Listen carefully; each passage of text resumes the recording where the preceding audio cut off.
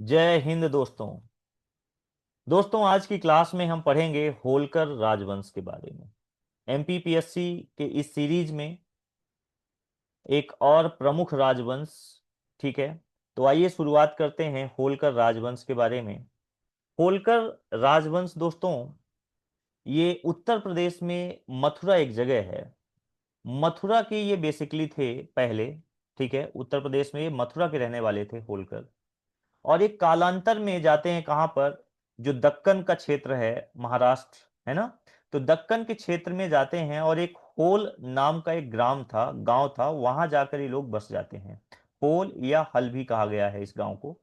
तो होल नामक गांव में ये जाकर बस जाते हैं और इसी गांव के नाम पर इनके वंश का नाम पड़ा है होलकर वंश। समझ आई बात।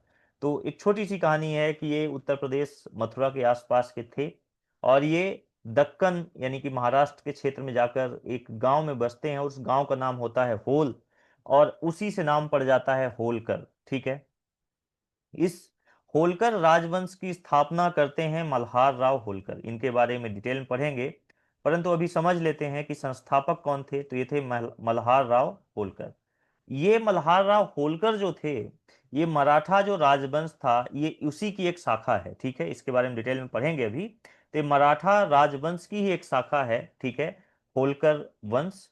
तो इसके संस्थापक कौन है? मल्हार राव होलकर। और होलकर राजवंश की स्थापना ये करते हैं 2 नवंबर 1731। 2 नवंबर 1731 में होलकर राजवंश की स्थापना होती है। ठीक है, शुरू में इसकी राजधानी महेश्वर थी और बाद में इसकी राजधानी क्या बनी? इंदौर। ठीक है, चलिए, तो पहले इसके देखेंगे कौन कौन से प्रमुख शासक हुए और उनका क्या योगदान रहा है इतिहास में, और खासकर मध्य प्रदेश में क्या उनका योगदान रहा है। सबसे पहले राजवंश के जो प्रमुख शासक रहे वो हैं होलकर, मल्हार राव होलकर। दोस्तों, मल्हार राव होलकर ने ही राजवंश की स्थापना की, जैसा कि बताया कि कब? 1731 में, 2 नवंबर 1731 में इस राजवंश की स्थापना होती है। इनकी शुरुआत, जैसे कि इनके पूर्वज लोग जाके होल गांव में बसे थे, तो होल गांव में ये लोग चरवाहे का कार्य करते थे। ठीक है, तो चरवाहा खानदान से थे ये मल्हार राव होलकर। और ये जब 13-14 साल की उम्र के थे तभी ये जाकर मराठा सेना में भर्ती हो गए। ठीक है, और उस समय मराठा सेना के जो पेशवा थे वो थे बाजीराव प्रथम, वही बाजीराव जिन पर एक पिक्चर भी बनी है, बाजीराव मस्तानी। ठीक है, वो खुद बाजीराव, जो पेशवा बाजीराव प्रथम थे, खुद भी एक महान योद्धा थे। और मल्हार राव एक सैनिक थे और जब देखा कि ये एक कुशल सैनिक हैं और बहुत ही लगन से काम कर रहे हैं, ठीक है, तो पेशवा का ये दिल जीत लेते हैं। और पेशवा जो है 1729 पे पहले कुछ सनद देते हैं, इंदौर के आसपास की, ये मालवा के आसपास की कुछ सनद देते हैं। और बाद में 1731 में पेशवा द्वारा इंदौर के आसपास 9 परगने दिए गए थे। किसको? मल्हार राव होलकर को। ठीक है, पहले 1729 में कुछ सनद देते हैं, ठीक है, कुछ किले देते हैं। और 1730 के आसपास, चूंकि उसी क्षेत्र में सिंधिया, पवार, ये तीनों जो है राजवंश उसी क्षेत्र में पहले आए थे। तो इन तीनों के बीच पहले तो क्षेत्र का बंटवारा किया गया, किसके द्वारा? बाजीराव प्रथम के द्वारा। ठीक है, पेशवा बाजीराव के द्वारा क्षेत्र का बकायदा बंटवारा किया गया 1730 के आसपास। ठीक है, और 1733 में इनको, मल्हार राव होलकर को, 9 परगने दिए गए इंदौर के आसपास। ठीक है, जिसने इंदौर में होलकर वंश की नींव रखी। ठीक है, बट हमने बताया कि स्थापना कब किया था? तो होलकर राजवंश की स्थापना हो गई थी 1731 में। ठीक है, मालवा विजय में भी ये जो मल्हार राव होलकर होते हैं, पेशवा बाजीराव की काफी सहायता करते हैं, मदद करते हैं।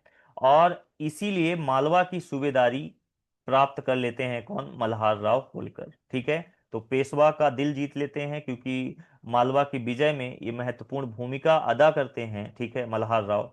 ठीक है, और जीतने के बाद बाजीराव प्रथम मालवा की सूबेदारी किसको दे देते हैं? मल्हार राव को। ठीक है, तो ये तो रहा कि कैसे स्थापना किया इन्होंने।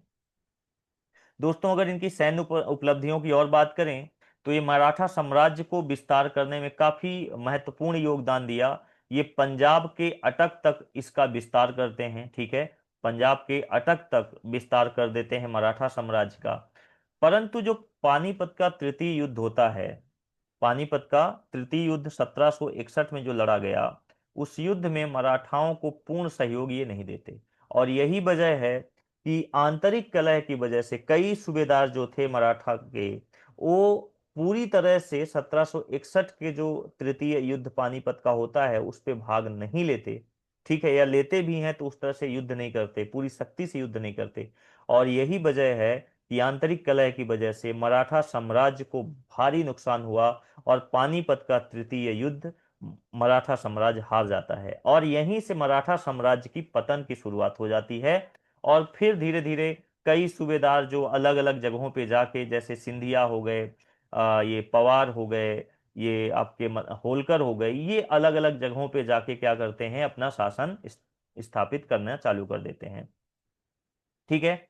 तो यहां पर तीनों ने मदद नहीं किया था बहुत अच्छी तरह से, बहुत सहयोग नहीं किया था, ठीक है, 1761 में। लेकिन उसके बाद इन्होंने काफी मराठा साम्राज्य को मराठा साम्राज्य का पताका फहराया और काफी समृद्धि अर्जित किया मराठा साम्राज्य के लिए, ठीक है।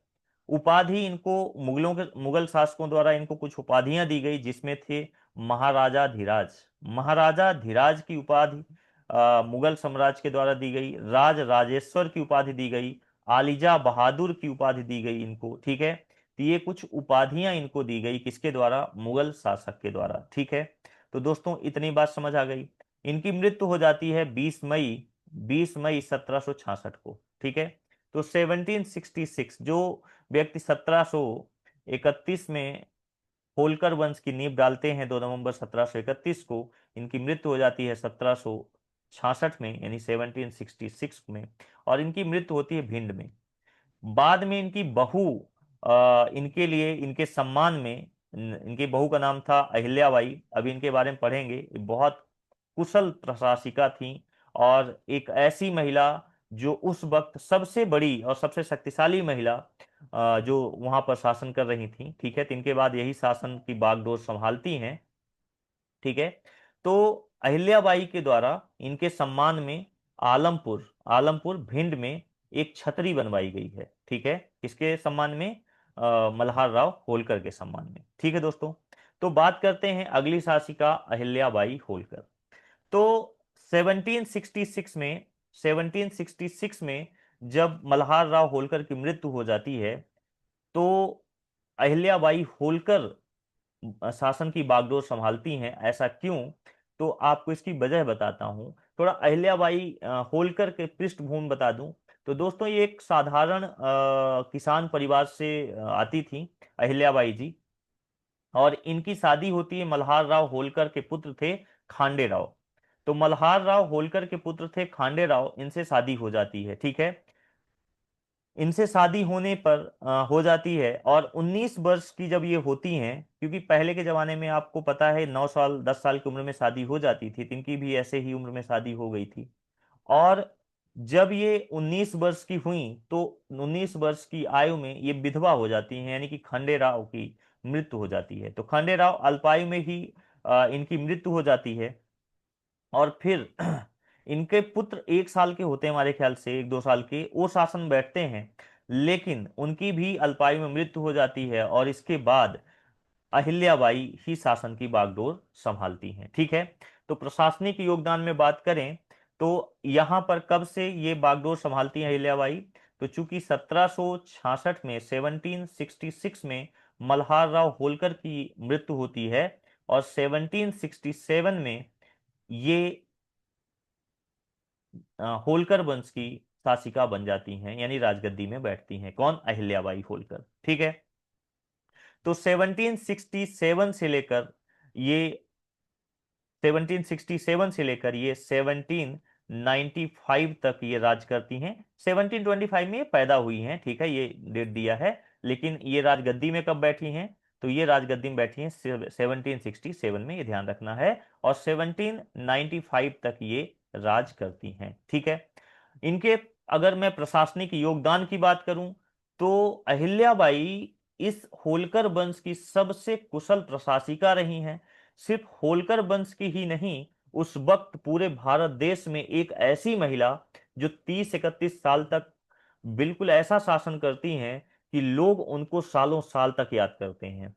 30 वर्ष तक मालवा का कुशल शासन इन्होंने किया है। इनकी प्रशासनिक नीतियां सुव्यवस्थित और प्रजा केंद्रित थी।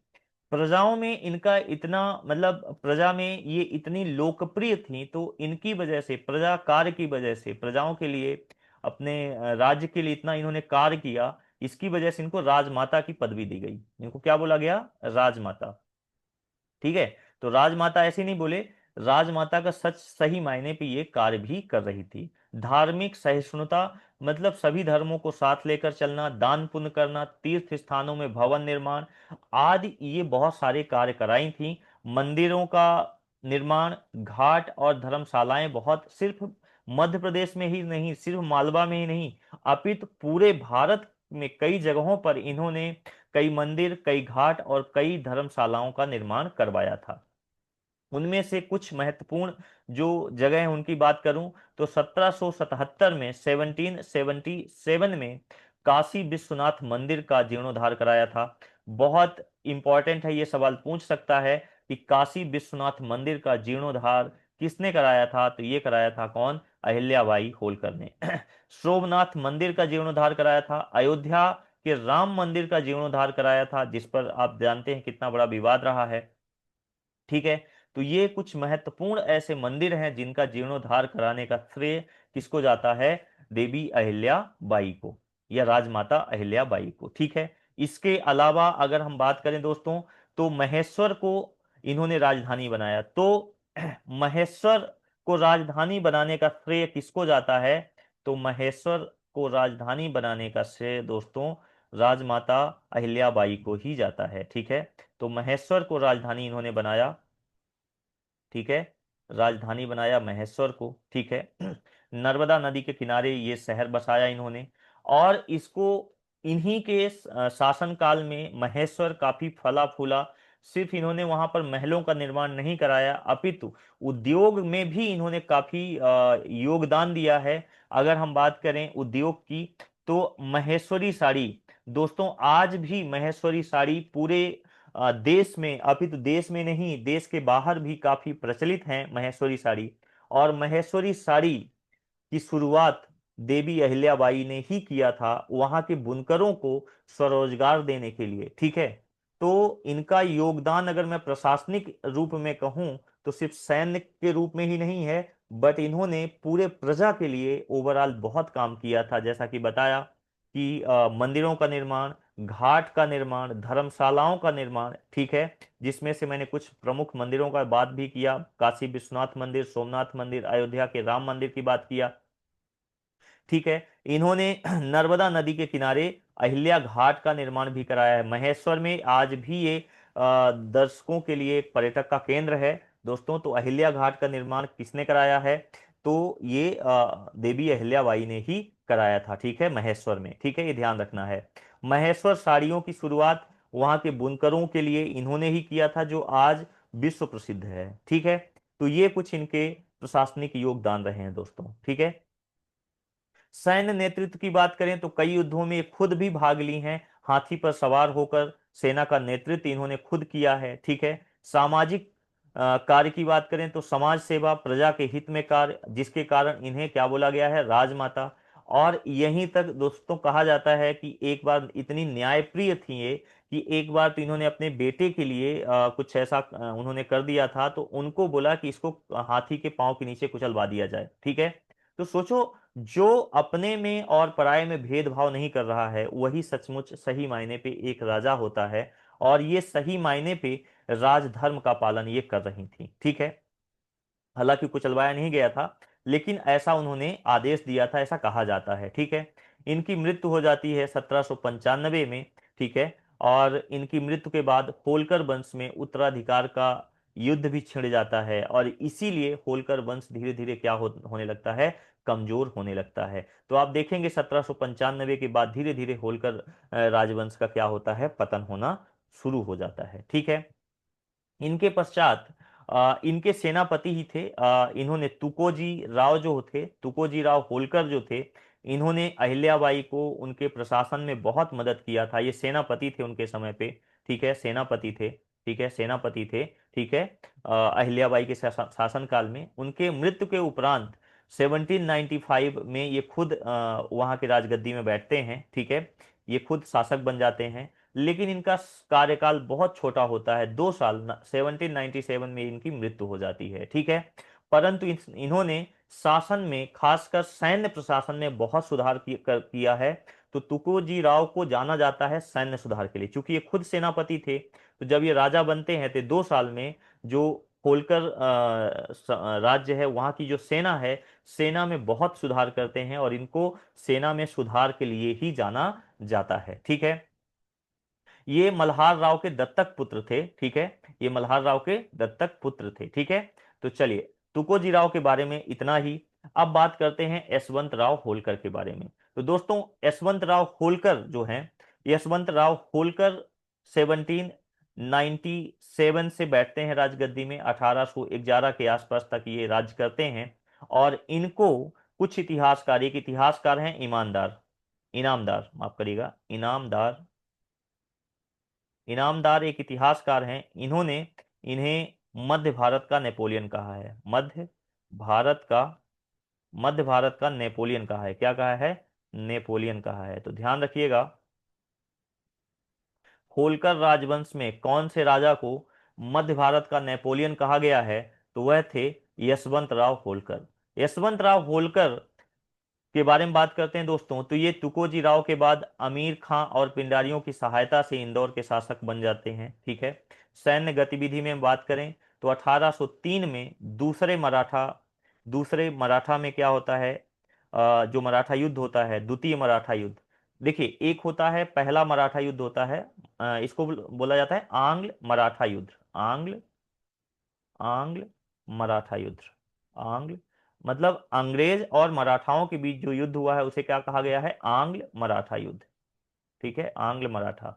आंग्ल मराठा का जो प्रथम युद्ध हुआ है, 3 युद्ध युद्ध हुए हैं दोस्तों, 3 युद्ध हुए हैं। प्रथम हुआ है 1775 से लेकर 1782 तक, ये 3 युद्ध हुए हैं, ठीक है।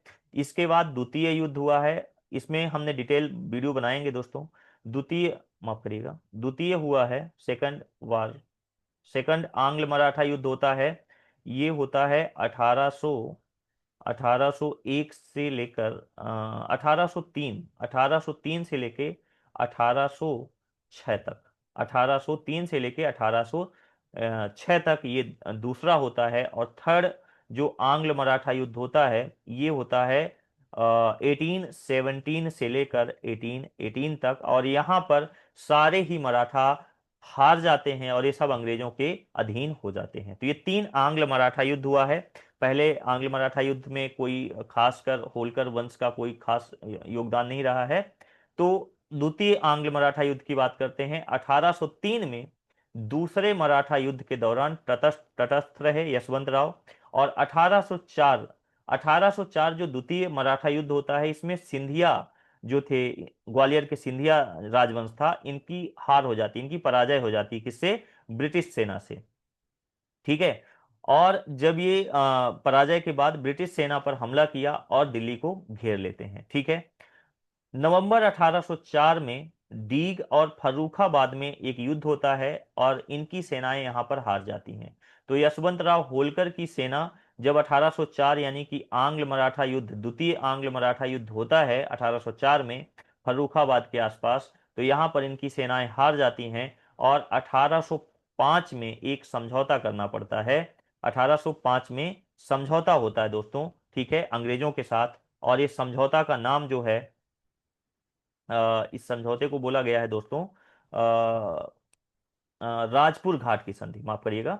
तो कौन सी संधि थी? तो एक संधि हुई राजपुर घाट, राजपुर घाट की संधि। पूछ सकता है कि राजपुर घाट की संधि किसके किसके बीच हुई थी? तो यशवंत राव होलकर और ब्रिटिश सेना के बीच हुई थी। और कब हुई थी? 1805 में। तो ये राजपुर घाट की संधि हुई थी द्वितीय आंग्ल मराठा युद्ध के दौरान, ठीक है, राजपुर घाट में, ठीक है। तो दोस्तों, ये इनका कार्यकाल रहता है 1797 से 1811 तक, और इनकी 1811 में मृत्यु हो जाती है मानसिक अस्थिरता के वजह से। तो फटाफट यशवंत राव के बारे में अगर बात करें तो ये इनको ईमानदार इतिहासकार हैं, इनामदार। इनको बोला गया है मध्य भारत का नेपोलियन। आंग्ल मराठा युद्ध, जो द्वितीय आंग्ल मराठा युद्ध हुआ है, इसमें भाग लेते हैं। और 1805 में जो युद्ध होता है अंग्रेजों के साथ फर्रुखाबाद के आसपास, उसमें इनकी सेनाएं हार जाती हैं और वहां पर ये अंग्रेज सेनाओं के साथ एक संधि करते हैं, और संधि का नाम है राजपुर घाट की संधि। 1805 में होती है और 1811 में इनकी मृत्यु हो जाती है। एक चीज और बता दूं दोस्तों, तुकोजी राव ही पहले, जैसे अहिल्याबाई जी महेश्वर में राजधानी थी ले गई थी, महेश्वर महेश्वर में राजधानी ले गई थी, तुकोजी राव महेश्वर से इंदौर राजधानी ले जाते हैं। कहाँ ले जाते हैं? इंदौर ले जाते हैं। ठीक है, तो इंदौर राजधानी ले जाने का श्रेय किसको जाता है? तुकोजी राव होलकर को। तो तुकोजी राव होलकर को दो काम के लिए जाना जाएगा, एक तो ये महेश्वर से राजधानी इंदौर ले गए थे, और दूसरा सैन्य सुधार, सैन्य सुधार के लिए, सैन्य सुधार के लिए। ठीक है, सैन्य सुधार के लिए। ठीक है, यशवंत राव होलकर की बात करें तो इन्होंने एक समझौता किया था अंग्रेजों से द्वितीय आंग्ल मराठा युद्ध के दौरान, और वो था राजपुर घाट की संधि। और यशवंत राव होलकर को क्या बोला गया है? मध्य भारत का नेपोलियन, इनामदार के द्वारा। ठीक है, चलिए बात करते हैं अगले शासक की। अगला शासक है मल्हार राव होलकर। मल्हार राव होलकर, मल्हार राव होलकर के बारे में कुछ खास नहीं है। ये तृतीय आंग्ल मराठा युद्ध में भाग लेते हैं, जो कि 1817 से 1818 के बीच हुआ था, जैसा कि मैंने आपको बताया था। 1817 में ग्वालियर की संधि होती है दोस्तों, जिसमें सिंधिया हार जाते हैं। और अगले साल ही यानी कि 1818 में मंदसौर की संधि होती है, जिसमें होलकर राजवंश भी क्या होता है? तबाह हो जाता है। यानी इंदौर को भी ब्रिटिश अधीन रियासत बना दिया जाता है। इंदौर को ब्रिटिश अधीन एक रियासत बना दिया जाता है।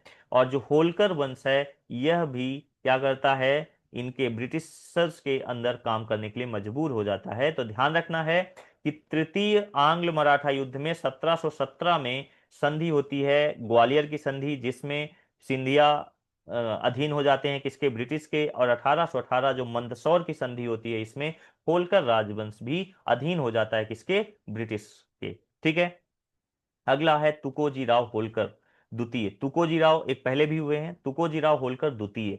ये 1844 से 1886 तक ये राज करते हैं।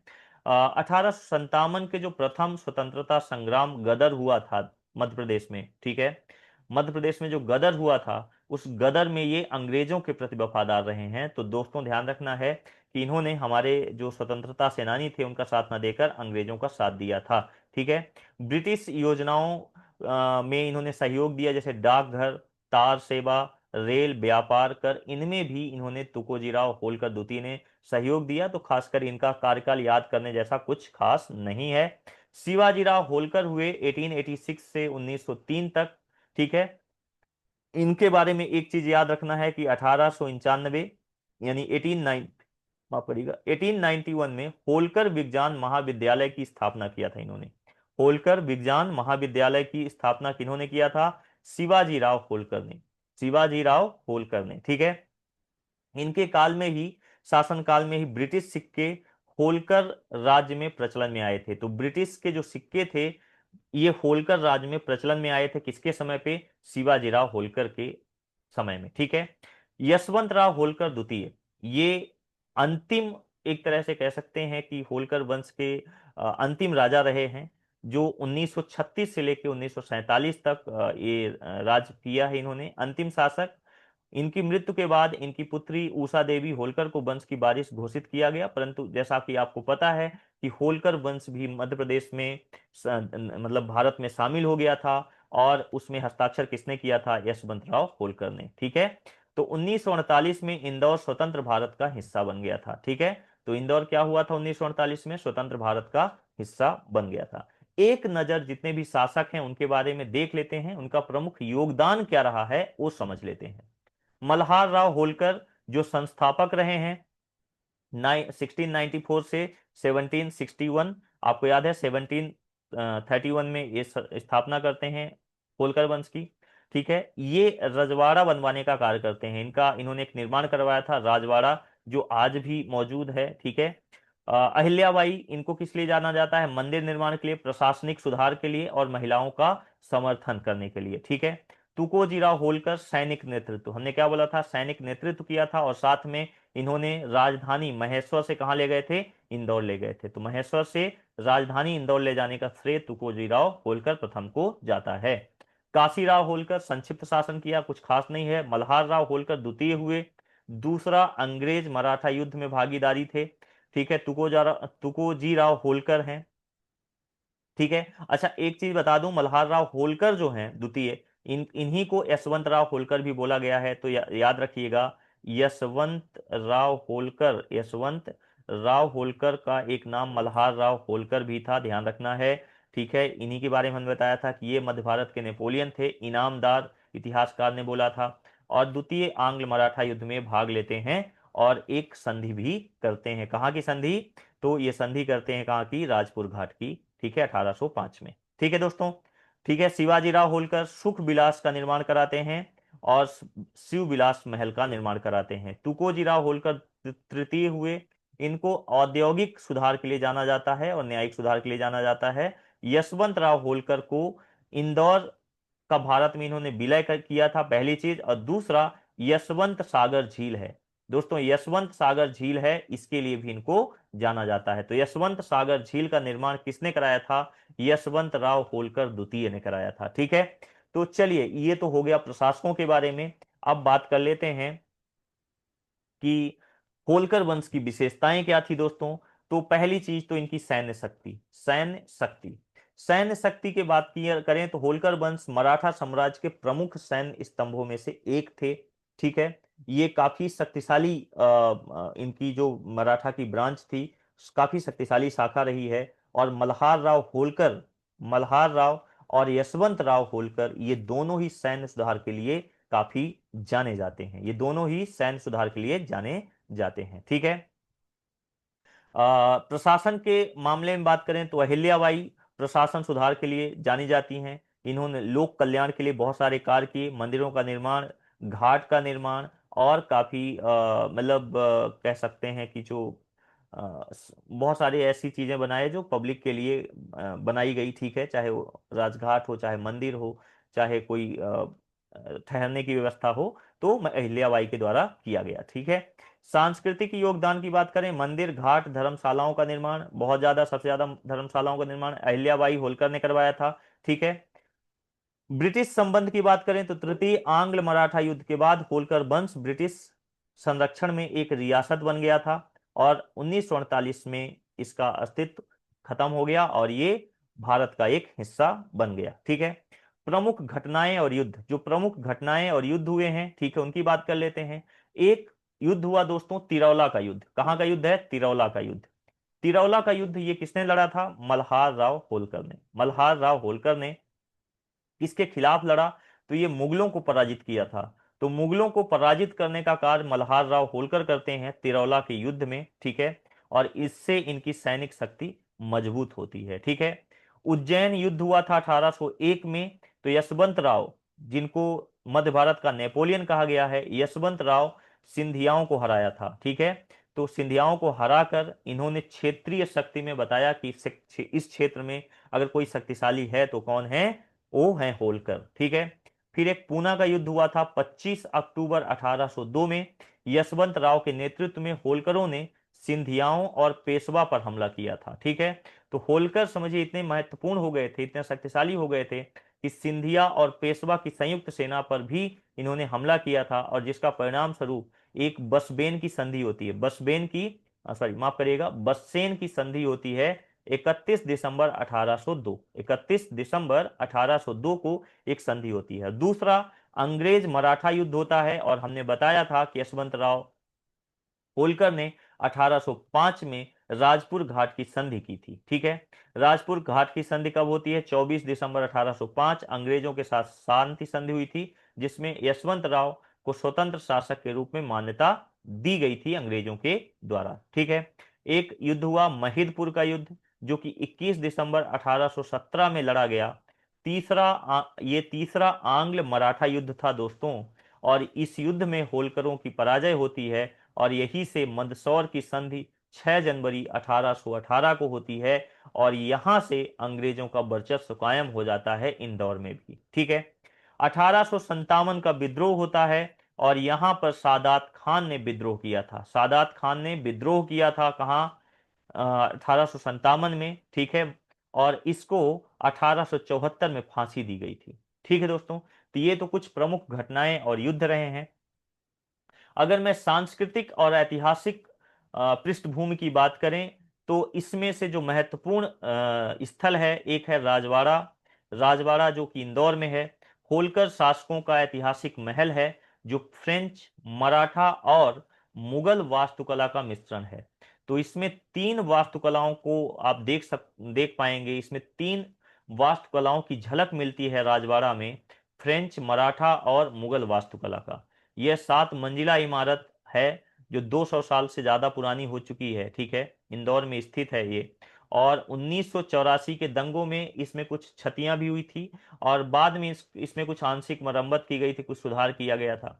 एक है लाल बाग पैलेस। लाल बाग पैलेस दोस्तों, लाल बाग पैलेस ये महाराजा शिवाजी राव होलकर द्वारा बनवाया गया था। शिवाजी राव होलकर के द्वारा लाल बाग पैलेस का निर्माण करवाया गया था। ठीक है। ये खान नदी के किनारे है, 28 एकड़ की जगह में फैला है।